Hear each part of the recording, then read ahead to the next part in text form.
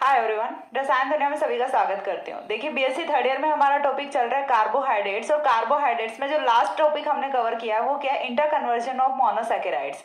ठीक है, inter conversion of monosaccharides है, वहां तक का हम कार्बोहाइड्रेट्स में कर चुके हैं। उसके बाद जो नेक्स्ट टॉपिक अपना आता है वो आता है फॉर्मेशन ऑफ ग्लाइकोसाइड्स, वो हम इस वीडियो में कवर करने वाले हैं। ठीक है, तो हमें क्या करना है, ग्लाइकोसाइड्स की फॉर्मेशन करनी है। अब ग्लाइकोसाइड्स की फॉर्मेशन है वो हम किस तरह से करेंगे, तो देखिए करना क्या होता है कि किसी भी मोनोसैकेराइड की रिएक्शन हमें क्या करना है, मोनोसैकेराइड की रिएक्शन करानी है मेथेनॉल के साथ HCl की प्रेजेंस में। तो यहां से जो कंपाउंड फॉर्म होता है उसी को हम ग्लाइकोसाइड बोलते हैं। ठीक है, तो यहाँ पे देखिए मैंने सबसे पहला जो मोनोसैकेराइड है वो यहाँ पे क्या रखा, ग्लूकोज रखा। ग्लूकोज को हम मेथेनॉल के साथ रिएक्ट कराते हैं in the presence of HCl, तो यहाँ से ग्लूकोसाइड की फॉर्मेशन होती है। ग्लूकोज से बनने वाला ग्लाइकोसाइड है उसे हम क्या बोलेंगे, ग्लूकोसाइड बोलेंगे। सिमिलरली मैंने नेक्स्ट कंपाउंड है वो रखा है फ्रक्टोज। फ्रक्टोज की रिएक्शन हम मेथेनॉल की प्रेजेंस में कराएंगे, सॉरी, फ्रक्टोज की रिएक्शन हम मेथेनॉल के साथ कराएंगे HCl की प्रेजेंस में, तो यहाँ से फ्रक्टोसाइड की फॉर्मेशन होती है। और सेम वे में जब हम ले लेते हैं यहाँ पे मैनोज, और मैनोज की भी रिएक्शन हम कराते हैं मेथेनॉल के साथ in the presence of HCl, तो यहाँ से फॉर्मेशन होती है मैनोसाइड की। ठीक है, तो यहाँ से ग्लूकोसाइड, फ्रक्टोसाइड और मैनोसाइड्स की फॉर्मेशन होती है। और ये जो साइड जो हम लगा रहे हैं इसमें सफिक्स, ये हम किसके बेसिस पे लगा रहे हैं, क्योंकि देखिए यहाँ पे हो क्या रहा है एक्चुअल में कि कोई भी अपना जो ग्लूकोज है, फ्रक्टोज है, मैनोज है, उसमें कुछ इस तरह के कार्बन्स होते हैं।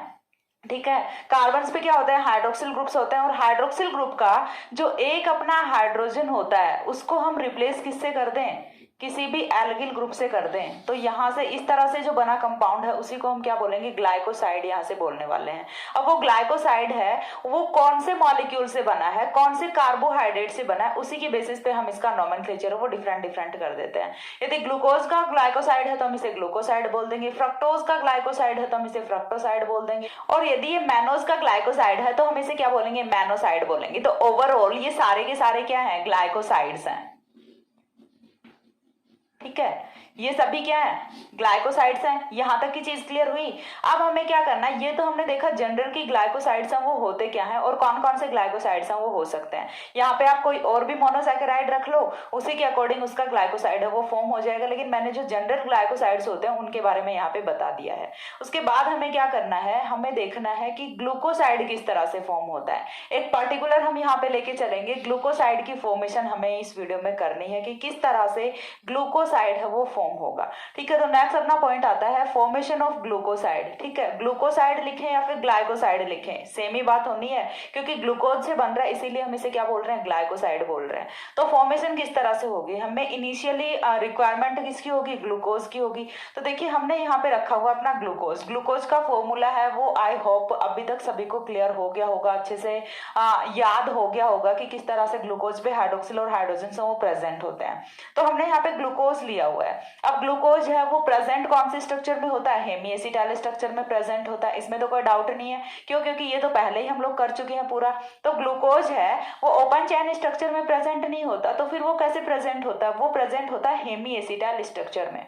और हेमी एसिटाइल स्ट्रक्चर में ग्लूकोज है वो दो एनोमेरिक फॉर्म्स में मिलता है because of this anomeric carbon. ये कौन सा होता है, अपना एनोमेरिक कार्बन होता है, और इस एनोमेरिक कार्बन की वजह से ग्लूकोज की दो एनोमेरिक फॉर्म्स हैं वो मिलती हैं, अल्फा ग्लूकोज और बीटा ग्लूकोज। ठीक है, हमने यहाँ पे जो लिया हुआ है वो कौन सा, अल्फा लिया हुआ है, लेकिन बीटा भी साथ में प्रेजेंट होता है, ये आपको अंडरस्टूड होना चाहिए। अब हम क्या करेंगे, इस हेमी एसिटाइल स्ट्रक्चर को रिएक्ट कराएंगे मेथेनॉल के साथ, और मेथेनॉल के साथ रिएक्ट करेगा HCl की प्रेजेंस में। तो यहाँ से फॉर्मेशन किसकी होगी, यहाँ से फॉर्मेशन होती है अल्फा ग्लूकोसाइड और बीटा ग्लूकोसाइड की। ठीक है, तो करना क्या है, मेथेनॉल की प्रेजेंस में, मेथेनॉल के साथ HCl की प्रेजेंस में रिएक्शन कराएंगे, तो यहाँ से H2O का मॉलिक्यूल माइनस होगा, और H2O का मॉलिक्यूल माइनस होने से ये वाला जो अपना कार्बन है वो 1 का हाइड्रोक्सिल है, यहाँ से हाइड्रोजन जाएगा और यहाँ पे मेथिल ग्रुप है वो ऐड होगा, और मेथिल ग्रुप के ऐड होने से यहाँ पे जो कंपाउंड अपना बना है उसे हम क्या बोल रहे हैं, अल्फा ग्लूकोपाइरिनोसाइड बोल बोल रहे हैं।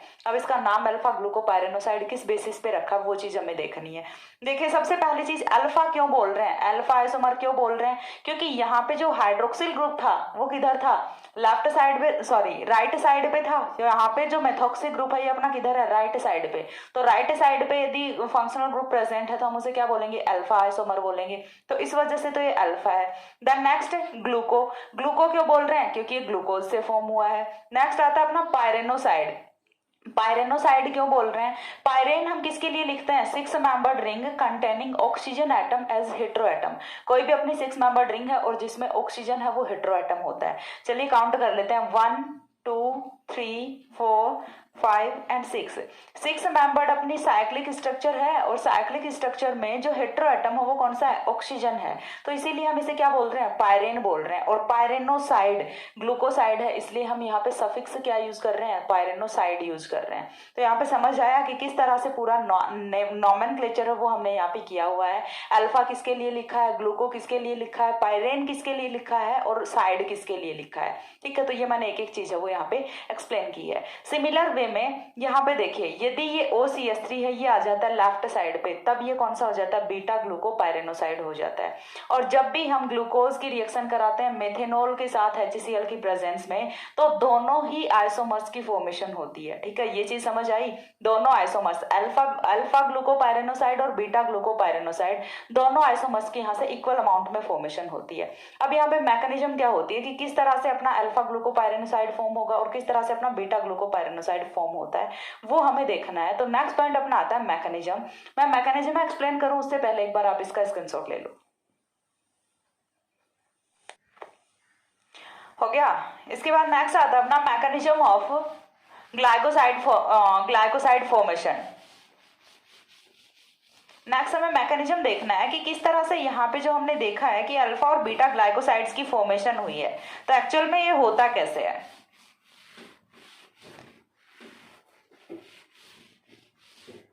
तो नेक्स्ट है अपना मैकेनिज्म ऑफ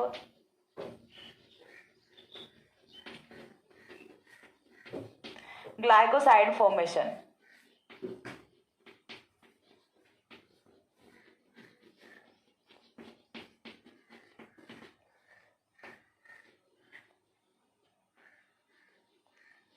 तो ग्लाइकोसाइड फॉर्मेशन में होता क्या है कि सबसे पहली चीज तो हमें ये देखना होता है कि जो भी अपनी ग्लूकोज की रिएक्शंस हो रही होती हैं वो सारी की सारी रिएक्शंस हैं वो होती हैं ग्लूकोज की चेयर फॉर्म में। ठीक है, इसीलिए हमने ग्लूकोज का चेयर कन्फर्मेशन है वो पहले कवर किया है। तो ग्लूकोज की जितनी भी रिएक्शंस हैं वो होंगी कैसे, चेयर फॉर्म में होंगी। तो ये वाले मैकेनिज्म करने से पहले एक बार फिर से जो ग्लूकोज की चेयर कन्फर्मेशन है उसे आप रिवाइज करके आइएगा। ठीक है, क्योंकि वो यहाँ पे इंपॉर्टेंट है। जब तक आपको चेयर कन्फर्मेशन नहीं पता तो फिर आप चेयर कन्फर्मेशन गलत लिखोगे यदि तो यहां से आप आइसोमर्स की फॉर्मेशन है वो भी गलत ही करने वाले हो। तो चलिए स्टार्ट करते हैं। ठीक है, तो स्टार्ट करेंगे तो देखिए फर्स्ट ऑफ ऑल जैसा कि मैंने आपको बताया है कि हमें क्या चाहिए, ग्लूकोज का चेयर कन्फर्मेशन चाहिए। तो उसके लिए हमें चेयर कन्फर्मेशन है वो ड्रॉ करना आना चाहिए। तो ये हो गया अपना ग्लूकोज का चेयर कन्फर्मेशन। कुछ भी नहीं करना आपको, 6 मेंबर सिंपल आप साइक्लोहेक्सेन बनाइए और साइक्लोहेक्सेन की किसी भी एक पोजीशन पे आप ऑक्सीजन को इंट्रोड्यूस कर दीजिए। ठीक है, एक कार्बन की जगह पे क्या लगा दीजिए, ऑक्सीजन लगा दीजिए। ये हो गया अपना ग्लूकोज का चेयर कन्फर्मेशन। अब इसके बाद हमें क्या करना है कि जो अपना कार्बन नंबर 1 होता है चेयर कन्फर्मेशन में, ये वाला अपना कार्बन नंबर 1 होता है और ये वाला अपना कार्बन नंबर 5 होता है। इतनी चीजें पता है अभी तक के लिए। अब यहाँ पे जो अपना कार्बन नंबर 1 है उस पर हम जोड़ते हैं हाइड्रोक्सिल ग्रुप। ठीक है, लेकिन जब मैंने चेयर कन्फर्मेशन पढ़ाया था तो मैंने हाइड्रोक्सिल ग्रुप 2 ही पोजीशंस पे जोड़ा था, या तो एक्सियल जोड़ा था या फिर इक्वेटोरियल जोड़ा था। लेकिन यहाँ पे तो ऐसा कुछ भी नहीं बन रहा, ना ही तो हाइड्रोक्सिल अपना एक्सियल है ना ही इक्वेटोरियल है। तो ये मैंने यहाँ पे जो हाइड्रोक्सिल ग्रुप लिया है उसकी स्टीरियोकेमिस्ट्री को डिफाइन नहीं किया है। और क्यों नहीं किया है, क्योंकि यहाँ पे अभी हम कोई पर्टिकुलर अपना एक आइसोमर नहीं लेके चल रहे कि यहाँ पे हम अल्फा ग्लूकोज लेके चल रहे हैं या फिर बीटा ग्लूकोज लेके चल रहे हैं। अभी के लिए हमें कुछ नहीं पता, हमने तो सिर्फ ग्लूकोज लिया हुआ है। हमें नहीं पता कि ये अल्फा है या फिर बीटा है। और क्यों नहीं पता, यदि आप यहाँ पे ये जो हाइड्रोक्सिल है इसे इक्वेटोरियल या एक्सियल पे कर देते हो तो फिर तो ये डिफाइन हो जाएगा कि ये अल्फा है या फिर बीटा। लेकिन यहाँ पे अभी तक हमने ये वेवी लाइन दिखाई हुई है। ठीक है, ये जो वेवी लाइन होती है इसका मतलब क्या होता है, stereo is not defined. Stereo is not defined. ठीक है, तो यहाँ पे हमें नहीं पता कि ये जो हाइड्रोक्सिल ग्रुप है इसकी स्टीरियोकेमिस्ट्री क्या है, ये इक्वेटोरियल है या फिर एक्सियल है, ये अल्फा आइसोमर है या फिर बीटा आइसोमर है, हमें ये चीज नहीं पता यहाँ पे। तो हम क्या करेंगे, अब नहीं पता तो हमें क्या करना है, सिंपल सा अपना इसी फॉर्म में इसे रख लेना है। बाकी के जो हाइड्रोक्सिल और हाइड्रोजन्स हैं वो आप पीछे से यदि आपको चेयर कन्फर्मेशन याद है तो आप वहां से जाके पुट कर लीजिए, अदरवाइज आपको याद तो करना पड़ेगा तो वहां से पुट कीजिएगा। ठीक है, मैं यहाँ पे सिर्फ एक हाइड्रोक्सिल है वही लेके चल रही हूँ क्योंकि हमें रिएक्शन इसी पे कंप्लीट करानी है। ठीक है, बाकी की वैलेंसीज हैं वो आप अपने अकॉर्डिंग कंप्लीट कर लीजिएगा, मैं इन्हें वैकेंट ही छोड़ रही हूँ। ठीक है, इन्हें मैं वैकेंट छोड़ रही हूँ। अब इसके बाद नेक्स्ट हमें क्या करना है, हमने क्या लिया, रिएक्शन में HCl की प्रेजेंस ली है तो HCl क्या करेगा, H पॉजिटिव देगा। तो यहाँ से नेक्स्ट स्टेप में होता क्या है कि H पॉजिटिव आयन आता है और ये H पॉजिटिव आयन आके अटैक कहाँ पे करेगा, देखिए वो चीज मैं आपको बताती हूँ।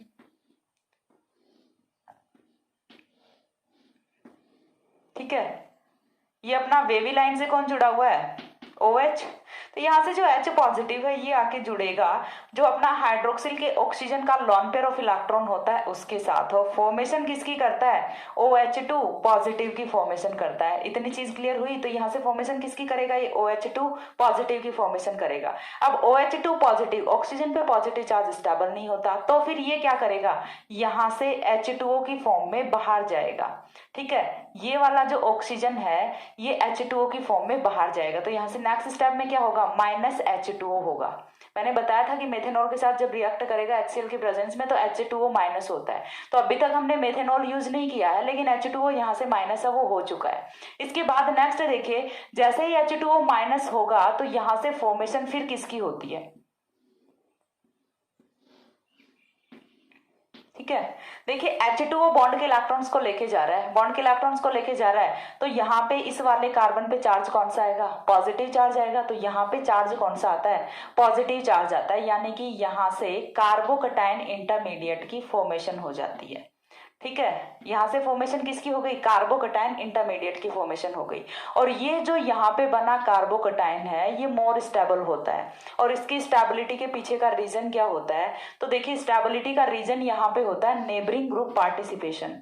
ये वाला जो कार्बोकटायन है ये मोर स्टेबल होता है, और स्टेबिलिटी क्यों होती है वो चीज मैं यहाँ पे आपको एक्सप्लेन कर रही हूँ। एक इफेक्ट यहाँ पे लगता है, ठीक है, यहाँ पे ये वाले जो ऑक्सीजन के लॉन पेयर्स हैं, देखिए कॉन्जुगेशन इसे मत समझ लेना गलती से भी, कॉन्जुगेशन और नेबरिंग ग्रुप पार्टिसिपेशन दोनों में बहुत डिफरेंस होता है। यहाँ पे क्या लग रहा है, एनजीपी लग रहा है। एनजीपी का मतलब क्या होता है, नेबरिंग ग्रुप पार्टिसिपेशन। ठीक है, एनजीपी और कॉन्जुगेशन दोनों में बहुत ही ह्यूज डिफरेंस होता है। यहाँ पे कॉन्जुगेशन कब क्रिएट होता है, जब यहाँ पे अपना होता है डबल बॉन्ड, सिंगल बॉन्ड और then lone pair of electron. लेकिन यहाँ पे तो देखिए या फिर अपना क्या होता है, डबल बॉन्ड, सिंगल बॉन्ड या फिर पॉजिटिव चार्ज। यहाँ पे अपने पास क्या होने चाहिए था, lone pair, single bond, positive charge, तब यहाँ पे हो सकता था अपना क्या, कॉन्जुगेशन। लेकिन कॉन्जुगेशन वाला केस है वो यहाँ पे नहीं बन रहा, तो फिर क्या बन रहा है, देखिए यहाँ से डायरेक्ट जो ऑक्सीजन है इसके साथ ही जो लॉन पेयर वाला अपना एटम है उसी के साथ ही कौन जुड़ा हुआ है, अपना पॉजिटिव चार्ज लगा हुआ है। ठीक है, पॉजिटिव चार्ज वाला कार्बन लगा हुआ है, तो कॉन्जुगेशन वाली जो यहाँ पे चीज है वो नहीं बन पा रही। तो फिर क्या है, यहाँ पे नेबरिंग ग्रुप पार्टिसिपेशन लग रहा है कि यहाँ पे जो अपना कार्बोकटायन होता है, मैंने बीएससी फर्स्ट ईयर में स्ट्रक्चर ऑफ कार्बोकटायन है वो एक्सप्लेन किया हुआ है, तो आप वहां से जाके उस वीडियो में देखिए कि कार्बोकटायन की स्ट्रक्चर है वो कैसी होती है। तो यहाँ पे मैं आपको थोड़ा सा एक्सप्लेन करूं कि कार्बोकटायन की स्ट्रक्चर में दो लोब्स होती हैं यहाँ पे। ठीक है, पीजेड अनहाइब्रिडाइज्ड ऑर्बिटल होता है, तो दो लोब्स यहाँ पे होती हैं, और इन लोब्स में क्या करेगा, ये ऑक्सीजन का लॉन पेयर है ये आके और बॉन्ड की फॉर्मेशन करेगा, कार्बोकटायन को सेटिस्फाई कर देगा। अब कार्बोकटायन को तो सेटिस्फाई कर दिया लेकिन ऑक्सीजन पे चार्ज कौन सा आ गया, पॉजिटिव चार्ज आ गया। तो इस तरह से यहाँ पे डबल बॉन्ड की फॉर्मेशन होने से कार्बोकटायन है वो सेटिस्फाई हो जाता है, और ये वाला कार्बोकटायन सेटिस्फाई हो जाता है, इसीलिए यहाँ पे बना जो कार्बोकटायन है वो मोर स्टेबल होता है। क्यों होता है, नेबरिंग ग्रुप पार्टिसिपेशन की वजह से होता है। ये चीज यदि आपको नहीं भी ध्यान रहती है मत दीजिएगा, क्यों, क्योंकि ये थोड़ा सा हाई लेवल का है, बीएससी के लेवल पे यदि आप यहाँ तक कर लेते हो सफिशिएंट है, आगे वाले स्ट्रक्चर पे आप नहीं भी जाते हो कोई बात नहीं, काम चल जाएगा आपका। लेकिन फिर भी इसके पीछे का कार्बोकेटाइन मैं बोल के जा रही हूँ कि स्टेबल है, तो उसके पीछे का रीजन क्या होता है वो चीज आपको पता होनी चाहिए। याद रखो ना रखो वो आप पे डिपेंड करता है, मेरा काम था बताना, मैंने यहाँ पे बताया।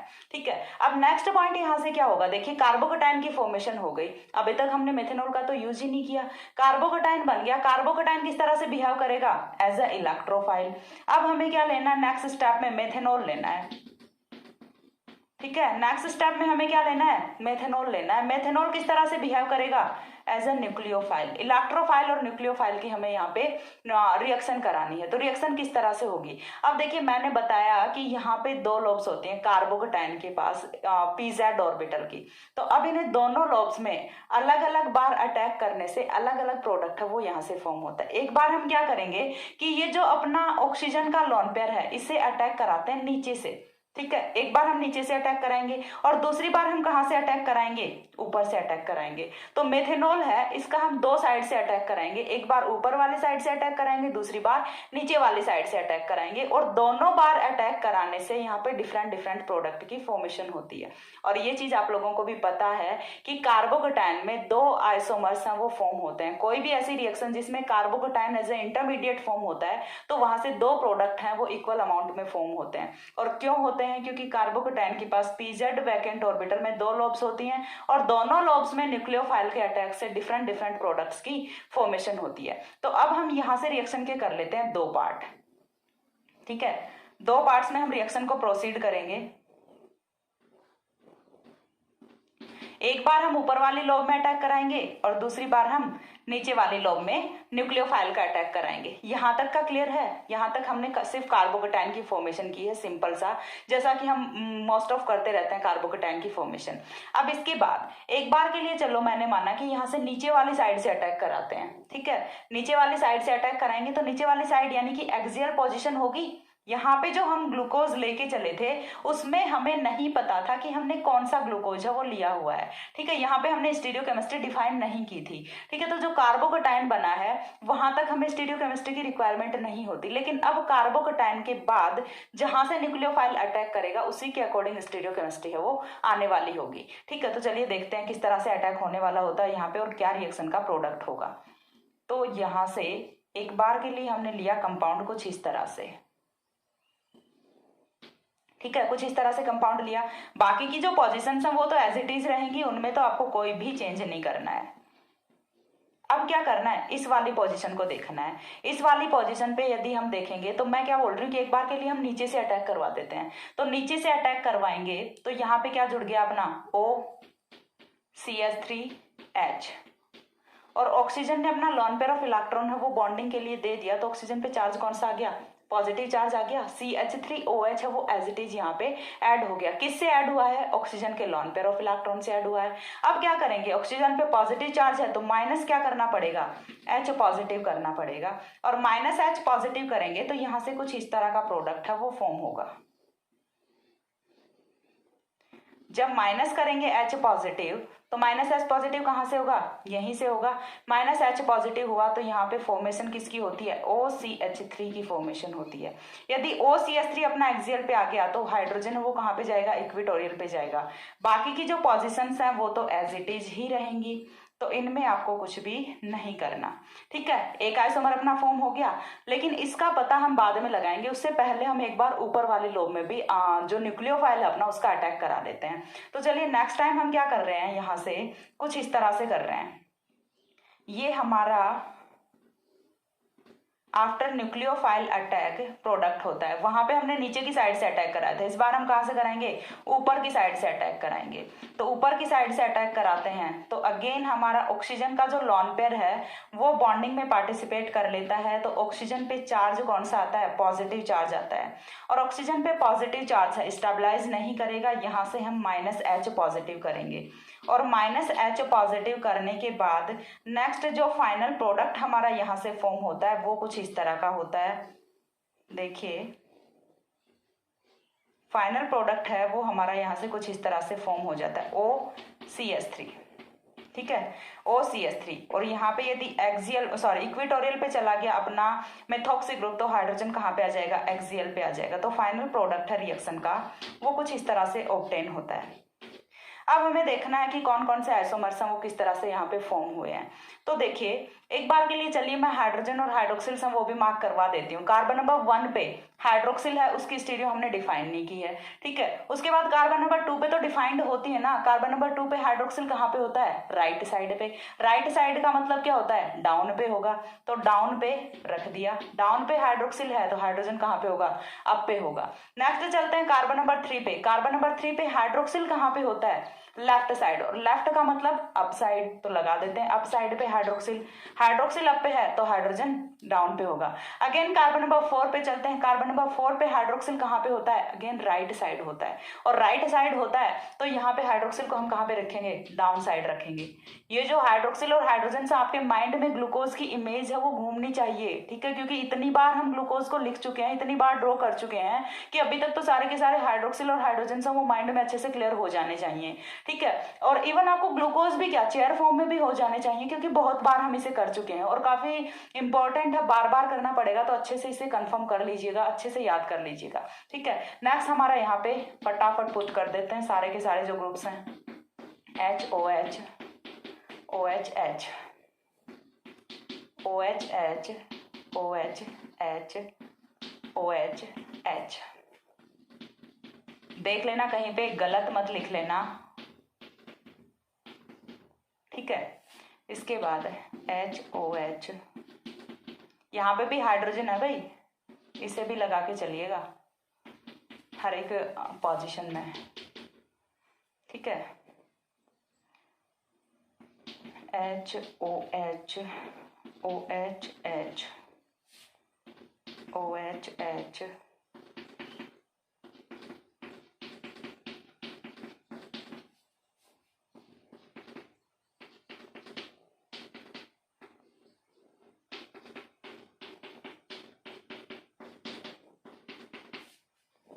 और लास्ट हमारा होता है कुछ इस तरह से,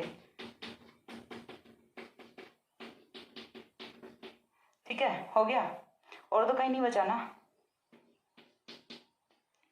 तो ये हो गया हमारा, हमने सभी जगह पे हाइड्रोक्सिल और हाइड्रोजन से उन्हें पुट कर लिया है। इसके बाद हमें देखना है कि कौन सा अपना अल्फा आइसोमर होगा और कौन सा बीटा होगा, क्योंकि ये चीज तो मैंने पहले बोल दी कि यहाँ पे अल्फा आइसोमर भी फॉर्म होगा और बीटा आइसोमर भी फॉर्म होगा। अब अल्फा और बीटा वो हम किस बेसिस पे डिसाइड करते हैं, कार्बन नंबर 1 के बेसिस पे डिसाइड करते हैं कि कार्बन नंबर 1 पे यदि हाइड्रोक्सिल है वो किधर होता है, राइट साइड होता है, दैट मीन्स वो कौन सा होता है, अल्फा आइसोमर होता है। राइट साइड का मतलब क्या होगा, चेयर कन्फर्मेशन में राइट साइड का मतलब डाउन साइड, ठीक है। फिर चाहे वो इक्वेटोरियल हो या फिर एक्सियल हो, हमें कोई फर्क नहीं पड़ता, हमें क्या चाहिए, ग्रुप है वो अपना डाउन पे चाहिए, ठीक है। तो यहाँ पे देख लेते हैं ग्रुप कहाँ पे अपना डाउन पे है। डाउन पे यदि मेथॉक्सी लगा हुआ है तो हम इसे क्या बोलेंगे, अल्फा ग्लूको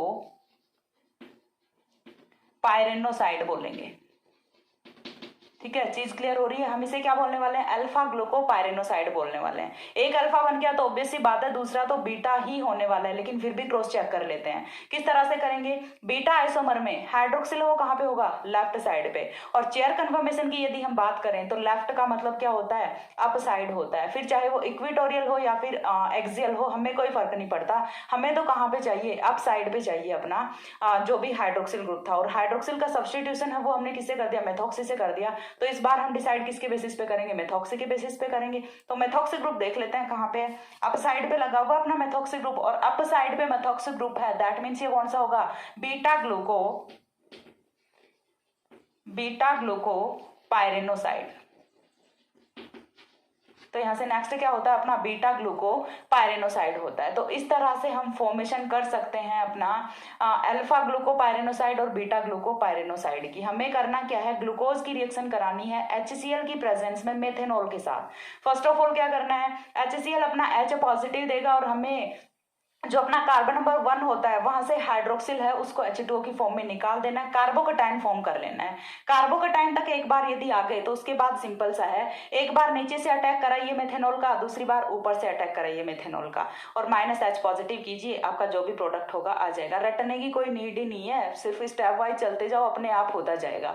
ठीक है, सिर्फ एक ही तो पोजीशन पे रिएक्शन करानी है, सिंपल सी रिएक्शन है, इससे सिंपल आई थिंक कोई रिएक्शन नहीं हो सकती। जितनी कॉम्प्लिकेटेड स्ट्रक्चर्स दिख रही हैं, आधे लोग तो स्ट्रक्चर्स को देख के स्किप कर देते हैं कि नहीं ये तो नहीं होगा, लेकिन इतना कुछ है नहीं इसमें। ठीक है, सिंपल सा है, सिर्फ एक पोजीशन पे हम रिएक्शन कराते जा रहे हैं। स्ट्रक्चर्स हैं, आप स्टार्टिंग वाली एक स्ट्रक्चर याद कर लीजिए, बाकी सारी की सारी वही चलने वाली होती हैं, कुछ भी नया नहीं है इसमें।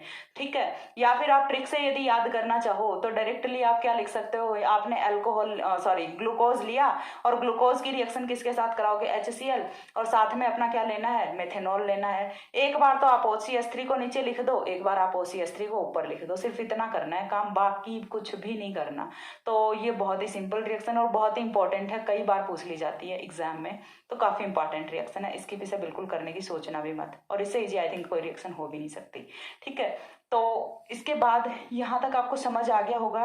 इन दोनों के बीच में मैं लाइन खींच देती हूँ ताकि ओवरलैप ना हो, एक पार्ट अपना इधर से ये चल रहा है, ठीक है, और दूसरा पार्ट अपना इधर से ये चल रहा है। ठीक है, यहाँ से आपकी इस स्टेप के बाद ये फाइनल प्रोडक्ट है और यहाँ से आपका इस स्टेप के बाद ये फाइनल प्रोडक्ट है। तो यहाँ से कंफर्म हो गया, स्क्रीनशॉट ले लेना मेरे जाने के बाद। तो इतना अपना इस वीडियो में हो गया। इसके बाद जो नेक्स्ट आता है वो हम करेंगे फॉर्मेशन ऑफ ईथर और फॉर्मेशन ऑफ एस्टर। इसके बाद अपना जो ग्लूकोज है वो खत्म हो जाएगा, मोनोसैकेराइड्स है वो खत्म हो जाएगा।